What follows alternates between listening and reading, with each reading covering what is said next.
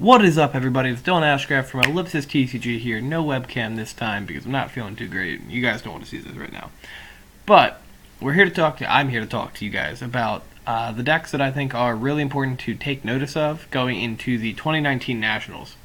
Now, this is a part of a series I'm going to be doing all week. This is going up Monday of Nationals. So, Monday through Friday, I'm going to be posting something, hopefully, talking about Nats, talking about decks, talking about all kinds of stuff. Now, this is just kind of the landing page. I can do the intro on all of these pretty things that you get. Like, can we talk about these mats? Like, the participation mat isn't as great, but, like, this top 32 mat is gorgeous. Not crazy about the third place mat, but these two are spectacular. Everyone knows their leaders are great. But, let's move into the actual content of the video. I'm going to be talking to you about 2, 4, 6, 8 decks today that I think should be on everybody's radar for Nationals. Now, there's a very wide open format that we have going on right now. So I think that, there's more than these 8 decks that you should be watching out for. And there's stuff that there's 2 more decks that I didn't build a list for and put it in here. That's right, I'm giving you guys lists to look at. This is what I've been testing personally. So yeah, you look into what I've been doing. But I'll talk about 2 other decks that I just didn't build on here, and I'll also talk about why I didn't build them. But moving on to the first deck, we have Toa. Also, shout out to DBS decks. I don't know why you updated, why it looks like this now. Just for the visual view, it hurts me. It hurts me a lot. But I still appreciate everything you do, so I can't complain too much. Toa. So, Toa is a really good, consistent deck. It won the Pro Play Tour Philadelphia tournament. I think it won something else beforehand. I'm not sure, actually. I really can't honestly tell you. I just know that Jordan won with it, and I know he keeps saying he's bringing Toa. I don't know if Toa is the wisest choice. Toa is not the deck that I would bring. And that's not because I don't have time regulators. I finally have them. But it's a consistent game plan, Turn 4, you're playing Self-Regulator, Self-Reformation, and if you don't, you're playing Dark Absorption, so you can go into Creator Absorb and rip 3 cards out of your opponent's hand. Now, that's fine and dandy, but I think in a format with Chomp the Trickster and the Roli decks that are generating as much hand advantage as they are, I don't think Toa is as strong as it was. But it's still something worth testing. So I think the updates to the deck that happen to it are, with the draft box, you get SS3 Tag Team Trunks. This card is absurd. Shout out to Sam Ackerman for touching me inappropriately with this card. Turn 1 in our match in Ohio. It being a double strike crit gives something to Toa that didn't really have at Philly, which is the ability to go more aggressive, as opposed to just sit back and stall. Now I think both of those options are really good, but I think there's merit to trying to blend them together. So we have a bit of that here. So we're still doing the Kid Q package because there's a lot of value you get out of that. There is 6 1-drops, Silver Bolts in the deck because Dark Power hits U6 pretty well. It hits Whis Resting Intendant pretty well. Dende hits Ramp Crap pretty well. And then Kami's for the ape nonsense because, blow up the monkeys. Again, apologies, I'm sick. 3 Power Bursts for the negates. Kid Q. Taking inspiration from Nick Mineo from his Philadelphia list, where he played Super Saiyan Trunks to go a bit more aggressive with the deck. I thought it was really cool. He 2-0'd me. It was super sweet to watch. Gotta play super combos. Gotta play Time Regulator. The card is absurd, especially in Toa. 3 Dark Absorption Mirror because you really need to make sure that your chain goes off in turn 4. This card is susceptible to counterplay, so it's not as good as Self-Reformation. I'll eventually memorize his name. 4 copies of Relentless Destruction Mirror for the hand control. Then you have your 7 Toas, or 6 Toas, so you could probably up the package there. And then the 8 big boy mirrors that you play, and then 2 Mirror Assault from the Skies. I think this card's really good. You get a lot of value out of it because, you can Overwhelm after you do the Mirror Chain because it's not an Overwhelm play. And having the Self-Reformation Double Strike, the Creator Absorb Double Strike, and the Assault from the Skies Double Strike is really good. And then Assault will untap the energy, so you still have the ability to use Toa's effect on your opponent's turn. Sideboard-wise, it all comes down to preference. I personally never understand why nobody plays Demigra in Toa. I know there's always the chance that you can mill it, but the card is still really good. So, and if you see it, it's kind of a blowout. 2 copies of Unexpected Turn to deal with Rasta veggies, or whatever the heck Richard Zapp is calling his Purunga Veggie OTK nonsense. 2 copies of the 1-drop barrier blocker, or blocker, not barrier. 2 Towel in case you run into any hand destruction decks, or for some reason, or hand destruction, the mirror, or if for some reason you run into, Prison Frieza, because Tao works under Live to Fight Another Day. 2 Revenge blockers for ramp stuff, Haru for anything green or yellow. I really like Massan because of veggies and various stuff, and this is a card that like kind of surprises people if you bring it in on them in the board. People don't play around it anymore, so why not try it out?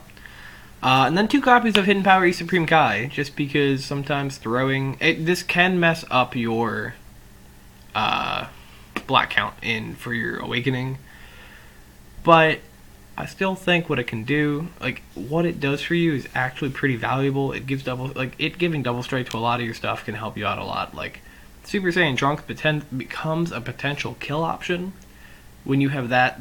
When you have him on field, 2 4-star ball, and an hidden East Kai. That's a 50k double strike swing before super combos, and that seems pretty good. Also, you know, you can just throw it on Mira, because East Kai plus Mira is fun times. I hate myself. Alright, moving on. Probably the most standard expected deck.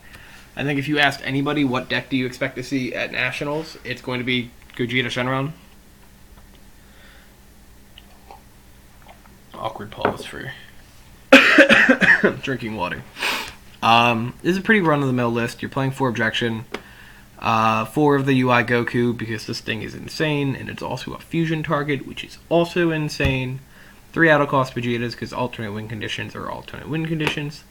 Now, I would main board 1 copy of Vegeta Penitent Martyr, because I think this card is really underrated. So what it does is you're sparking 3 at the end of your turn, place it in the owner's drop area, then you choose all the opponent's battle cards, and you bounce them back to the hand. This is relevant for, I would say apes, but I guess you don't really want to put them back in their opponent's hand, at least a Bardock ape, but you could, maybe, just to, you know, slow the aggro down.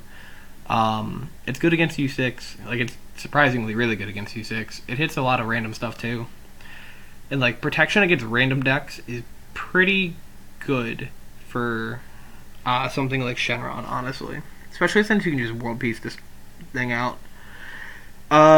3 copies of each Gogeta, because win conditions. Gogeta 5 is mostly how you're going to end up killing the ape deck. You should probably not be getting to the 7-drop. For the Dragon Balls, I wanted to go 6 regular, and then 1 1-star ball. I think going first and hitting the 1-star ball is just really valuable. Now, of course, if you get into the aggro matchup, 1-star ball is going to probably suck for you, especially if you go second. But sometimes you just got to take that risk. And then we're doing the patented, oh god, Dylan 3 Senzu Bean, because I don't think it's as necessary in the deck since you're playing Xenobutton, and you're not going to be doing anything aggressively besides your kill turns, so I don't think you need 4 in this deck. Everything else seems to be really standard. Sideboard-wise, 2 Master Roshi. This is just a negate, but you can bounce it back with Uneasy Alliance on Goku to try and reuse stuff, and that's pretty nifty, at least in my opinion. Goku's also a negate. 2 copies of Son Goku striving to be the best.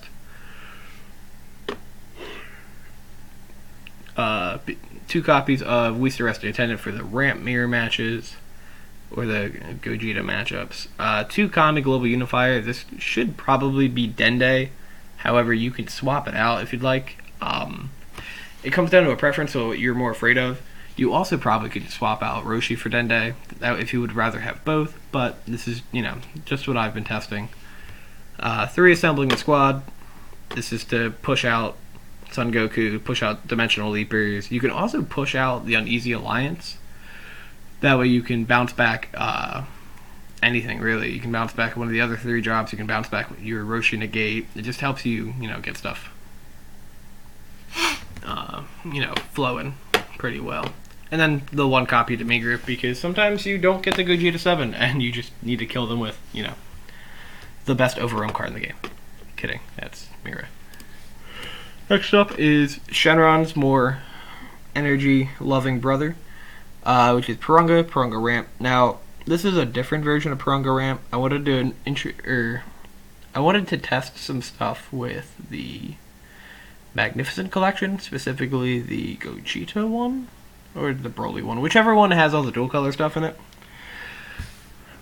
So what I wanted to do was test an alternate win condition. Now you see that there's still the traditional Purunga win strategies in the deck, which one of them I meant to push into sideboard actually, but we'll get to that when we get there. So 3 copies of Combination Attack. This card is okay. It's an activate battle. You tap a red and a blue. Choose up to one of your opponent's battle cards, and energy cost of 5, bounce it to the hand, and then you get to untap a red or blue energy. So this card is pretty valuable against, the decks that try to aggro you down. Like if you're playing against U6 and they attack you and try to evolve their Caulifla on top of the only 1-drop on their field, you can bounce the 1-drop. You'll still take the damage, assuming you don't out combo it, but they don't get the 4-drop double striker. And that's just, decent value. Also, it's just a red-blue card that you can charge. Next up is 4 copies of Super Saiyan Gogeta All Out Assault. So what this card does is we skip everything except for the auto. At the end of the turn, when you play him, you just take the top 2 cards of your deck and you shove them in your energy. And then you negate him. So he's a really good world peace target because he just keeps building your energy up more and more. We've got 2 copies of Zeno Button, just because you need to untap stuff and survive. 2 Desperate Measures for pushing back Champa the Trickster. This isn't as relevant in this version of the deck, except for you are playing Victory Strike, just as, in case you need. In case, the whole Super Saiyan Blue Gogeta burn thing doesn't work out for you, you just go for the Victory Strike damage. 3 Senzu Bean, just because, again, with the Shenron decks, I don't think it's as relevant. 3 Whis' Coercion to survive. 4 Objection, 4 of this card, so you survive the mirror match. Shoving back Kaioken or Gogeta 7, or if someone is playing Super Saiyan Blue Gogeta, you just shove it right back and you're golden. 4 Whis Resting Attendant, because again, this is the ramp deck, you're trying to get as much energy as you can get. 1 copy of Beerus General Demolition. This was supposed to be in the sideboard. Kaioken was supposed to be in the main board. Because you can't make a win condition out of just Beerus, you can make a win condition out of just Kaioken. Beerus is really good in tandem with Kaioken and Gogeta, which is what you side into afterwards if the Gogeta strategy doesn't work out for you. And you can also more heavily side into them. Over here we're just doing 1-1, which again, this is supposed to be in the main board. Yeah. And then 4 copies of the Gogeta. What you do is you evolve on top of the 6-drop or 8, and then as soon as you evolve into him, you take the top 6 cards of your deck, and then you just add them into your energy, which is pretty good. And then his activate main is if you have 15 or more energy, you just choose up to 4 of your opponent's life, and you burn them. Pretty good. Victory Strike, you all know what it does. Now for this version of the deck, we're opting for 6 normal Dragon Balls, 1 1-star ball, and 1 copy of Super Dragon Balls. So this is what you want to do, is because you want to be able to get the 6-drop and Whis and stuff in your drop area. So you need the multiple discard effects. Now the 1-star ball is in there. So Super Dragon Ball is the better one for discarding and gaining value, because you draw 4, drop 2. But the thing is, sometimes it gets aggro decks. You don't want to tap out turn 2, so you can just turn 1-star ball, drop the Super Dragon Balls, and try your best to survive just by comboing off your big guys. Other than that, everything else is pretty standard. You got the super combos, you got the 4 world pieces, which isn't as necessary in Purunga since his ultimate is, in fact, world peace. But since you're trying to get out Gogeta in the world and the Whis, it's probably better just to have the copies. Sideboard, like we said, replace this with Beerus, 2 Mafuba, 2 Striving, for the same reason as Assemble the Squad, and Toa from the Shenron deck. 2 more negates because you need to, you gotta survive. And I wanted to put Dragon Radar. I've been testing it in the sideboard. I was missing it from my old version of Purunga Ramp, and I still don't know if it belongs somewhere in the deck, so this could be cut, honestly, to go more into Gogeta and Kaioken shenanigans. Yeah. I don't think this particular version of the deck, I think there will be people who play it. I don't know if it's better than traditional ramp, and I don't know if it's better than Gogeta Shenron. If you're going to Nationals and you want to play a Wish deck, I would probably take Vegeta Shenron personally, just because Shenron has the ability to make a win condition out of any card. Sometimes I mean, if you want to go back to Ohio, I know Corbin Sweater gave triple attack to a super combo and killed someone with it. You can only do that in Shenron. Moving on, we have, I had to check and see which version. This is U6 Roli. And this is when I'm also going to divulge and talk about a deck that I didn't put together, which is Kaba U6. So I think Broly is the better version of the Universe 6 deck outside of Shenron shenanigans, because Shenron makes anything into a win condition. You get a lot of value out of playing Broly. There's so many things that come along with it. My teammate played it in Ohio and did really well. This is an adaptation of his list, so if he makes it to Nationals and if this is what he plays, this is probably what he would be leaning towards. And again, it stays really, really similar in the main board. You have the 2 double strike cards because you're playing the 4-drop Kale, so double strike crit's always good. You're playing Mira. If you're not playing Champa with Mira, I feel like you're making a mistake, except for Toa, because, Warping 3, different story. 3 copies of the 1-drop Kale. Because this card's really good in the mill matchup. Otherwise, it's just kind of a target for the 4-drop Kefla over here. 4 copies of Senzu being your aggro deck. And aggro decks, you want to be able to aggressively untap your energy. 4 Beers to Fickle God, because blue-yellow is really important. We're going to be doing the counterplay strategies that my teammate was doing with the Gohan and Champa main board. Just because while it doesn't come up as much, because again, you are trying to kill them early, in turn 3, maybe turn 4. If it does get past that point, you want to be able to protect yourself. 2 copies of Brilliant Pairing Kefla. Card's really good. Like, it's really good. There's no arguing that. 4 Champa Vados, because obvious reasons. 3 copies of the 4-drop Kale. It's not as good as the Caulifla. And there's no reason really to play 4 of it. You play the Vegeta Secret Rare Power Pot. It's a good card. It says tap 4, draw 4. It's good in every matchup except for Janemba. For the 1-drop. And then the only real thing that makes it different is 2 copies of Paragus the 4-bearer. So this card is really good. If you don't know what it does and you don't think it's good, I would reread it or read it for the first time, because it's an activate battle and you can kill the combo, that combo card, and draw a card. It's really good for a rival. So you combo that and Kale or Gohan, right, and you have your Champa Vados, and then you kill the Paragus, draw a card.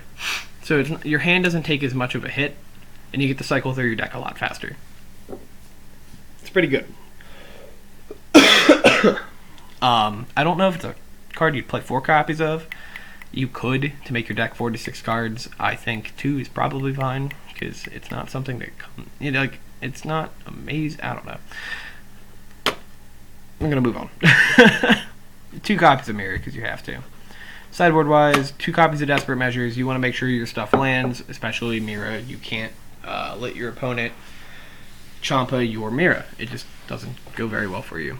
2 copies of Mafuba, 2 copies of Rakaba's Revoker, because it allows you to turn off the kill turn on Shenron when they're going for They're like a last-ditch Vegeta 5 kill.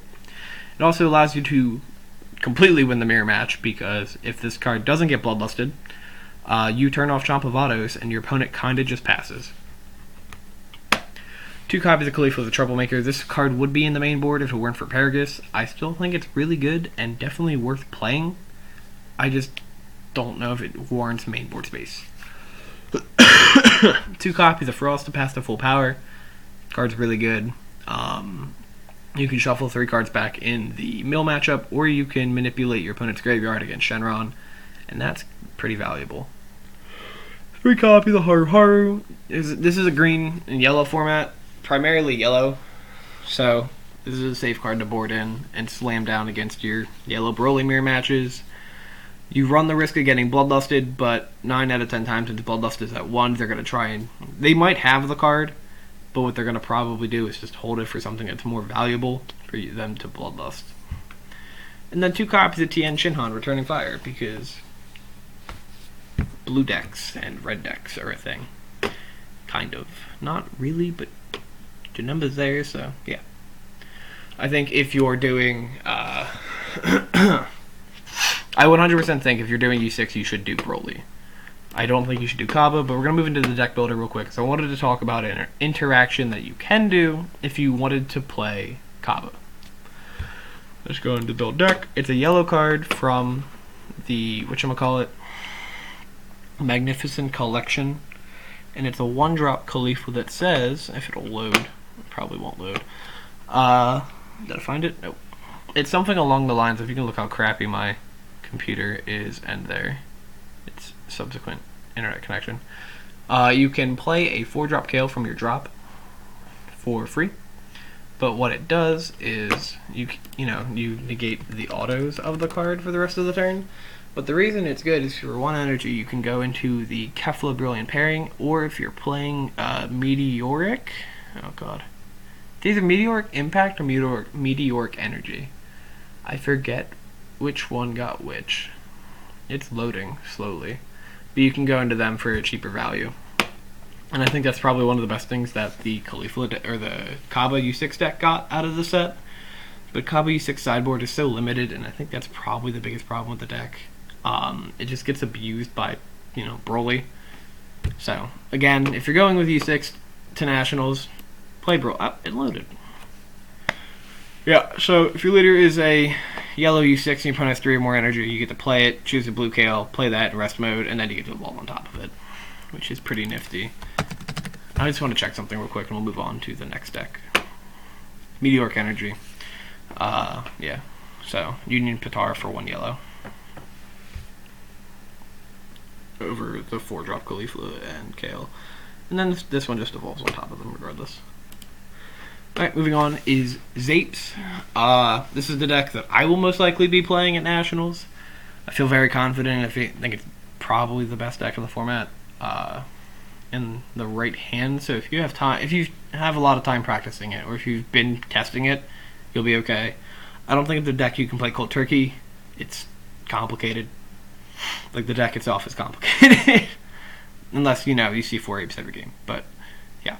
So, breaking down, this is pretty much the same version of the deck I played in Ohio. So, if you want a full deck profile on that, where I go over deck or card choices and all that, go watch that on the YouTube channel. This YouTube channel. The only new additions is 1 copy of Son Goku and Vegeta Saiyan Bonds. I've been testing this card because I really like blanking skills during the battle. If you run into Tide of Mastery for some reason, you could awaken, combo blue yellow, tap a blue and yellow, play Goku Vegeta, and turn off everything. It's also good because you get to turn off Jump of Autos, you get to turn off the double strikes, Mira, all that jazz. It helps save your life a little bit. And then 2 copies of Paragus for the same reason as the U6 deck. It's just a really strong card. And then I'm citing 2 copies of Frieza and 2 copies of Remote Serious Bomb, because I'm petty and there's a couple interactions that I want to be able to manage without getting blown out. I think it's the first time this has popped up in the sideboards. West Kai Keeping Watch. This is Ultimate Surveillance Jocko. No, Ultimate Judgment Jocko. The one from set 1. This card is really good. It allows you to bounce back your opponent's apes when they combos them offensively against you. And it just helps swing matchups. It really helps swing the U6 matchup. I mean, like, you start off in a really favorable position, but Jocko and Weskai blow it out of the water for you. The reason you play this one over Jocko, I'm so sorry for the coughing. The reason you play this over Jocko is because Jocko is mandatory. So if you have to combo Weskai, and your opponent only combo to super. If you have to combo Jocko, and your opponent only combo to super combo, you have to bounce back that super combo. But with Weskai, you can be like, all right, cool, I don't want to do that. I don't want to give you another super combo. So yeah, that's about it. Freeze a blanks a card. It costs 6 or less when you play it. This is good for like blocker decks. Starter Roli. I'm not a fan of that matchup. I think it's not as unfavorable as I thought it was in Ohio. I think it's a lot more manageable, and I think this card helps you get there. This plus Remote Serious Bomb almost like wins you the matchup. So yeah, this is Apes. I would practice this a lot, personally. Moving on. Is this what I want to talk about now? Yeah, I guess we'll talk about this one next. So, Vegeta Baby. Or Baby Vegeta, just recently took first and second at the Latin American Championships. And I think that is really awesome, because if you've been following the channel and the team, I'm a big fan of Baby Vegeta. I think I played it at 7 events in a row. I think the deck is really good. I think the deck is extremely powerful. I think it does the most damage in one single turn out of any deck in the meta that I know about. Besides, the second most. The Parunga Veggie stuff can OTK. But I think this deck is very inconsistent, and it pains me to say that, but I think Baby Vegeta is a lot more inconsistent than it should be. So if you don't know the whole do a crap ton of damage turn, it's your turn 1, you play the 1-drop Baby. During your opponent's turn, if they attack you, you combo and put Digging Deep in the drop. Take the damage. Make sure you're at either 7 or 6 starting your second turn. Turn 2, charge a red. Charge your second red. You're only ever charging red in this deck. Familial Bonds out, Digging Deep. Swing twice with Digging Deep. Take 2 life. Or, swing, take 2 life, swing again. 1-drop, absorb into the 4-drop, into the 5-drop, evolve into 6-drop, awaken, then go into 6-drop, swing leader, and then swing the ape. You get a lot of damage out of it, but the problem is you need to start your turn, like optimal turn 1, you have 5 cards in your hand, and 1 energy you can charge. Like, those 5 you have to keep, and then 1 that you can charge. It's really hard to pull off. It's easy to get to the 5-drop. Sometimes it's hard to get to the ape, but yeah. So if I were playing Baby, you want to play that strategy, because again, if it pops off, you do really, really well. But I'm stuttering so much and I don't know why. I'm sorry. I think I would take the deck in a more mid-range fashion. So the After Images, the Is That All You Got, Denial of Hope, the Topo Righteous Aids. I think those are all really strong cards in the format right now that help you a lot. 4-drop, and then the Baby package is 4 1-drop Baby, 4 4-drop Baby. And then I play 3 of the 5-drop, 3 of the 6-drop, just because that stuff can clutter when you see multiples of it. And then the only other, I think the other techie stuff, like Bardock and Mira makes sense. Double Strike and drawing cards, but since you're playing Familial Bonds in the main board, Fearless Pan makes a lot of sense, and so does, at least to me, Impeccable Super Saiyan Kaba, because when he attacks, he can't be countered. Like, you can't Mafuba the card. And he gets 5k because your leader is a Saiyan. Now, that's really good in tandem with Fearless Pan, because you can make him Double Strike that can't be negated, and you also can just throw Hidden Power E Supreme Kai on him. He was a card that I sideboarded for a while, especially at the North Carolina celebrations. He gets there. The card surprisingly gets there really easily. And again, I sideboarded him, but because of familial bonds, I think if you have the open space, you just mainboard the card. It's just really good. And then you main for Revenge Death Ball, because obvious reasons. Sideboard-wise, right now you can go into the Chain Zeno package, which is, to me, 3 1-drop, 3 4-drop, 3 Zeno. It's not necessary, but if you're afraid of apes, you should probably play the combo. Because Zeno is one of the only things that outs a full ape board. And it also just deals with barrier, which is something that Baby can't deal with. You also play I'm also playing 2 copies of Strategies of Universe 7. It gives your 8 barrier. That's really important because people are going to be deciding all types of removal against you, especially since Baby won the Latin American Nationals. 2 copies of the Elder Village Guardian. This is your put 3 back against Mill. It just helps you survive, extra turns. And then 2 Tien Shinhan, Returning Fire for the mirror match. Other red decks, and then Janemba. And if you run into like Gogeta Ramp, it's also good there too. Yeah, I think Baby's a safe pick to take to the event. It's just be wary of potential inconsistency. Also, this card sucks, but you have to play it because it's a Vegeta GT. And I really wish you didn't have to. Alright, next up is the deck that I feel like a lot of people stopped talking about, is Janemba, and I'm not sure why, because this is what happens, right? Whenever someone stops talking about Janemba and assumes it's out of the format, or assumes it's not like one of the top 3 decks, it goes and wins or does really well at an event. Orlando. Before Orlando at Philly, there was 2 guys playing Janemba and they did really well, and everyone's like, alright, well they didn't make top 4, so it's not that real. Then Janemba comes out, wins an event, everyone's like, oh, dope. Moving forward, I think after the draft box, that blue-yellow is the best version, main board of Janemba. I'm not really a big Janemba player, so don't take my word as the law. Also, don't take my word as the law for any of this. You have no reason to believe me for some of the stuff. But with the power, with how powerful Zeno button is in the format, it just makes sense to have more blue energy. You just get a lot more out of it. You get to abuse desperate measures easier. You get to really abuse Uneasy Alliance on Goku.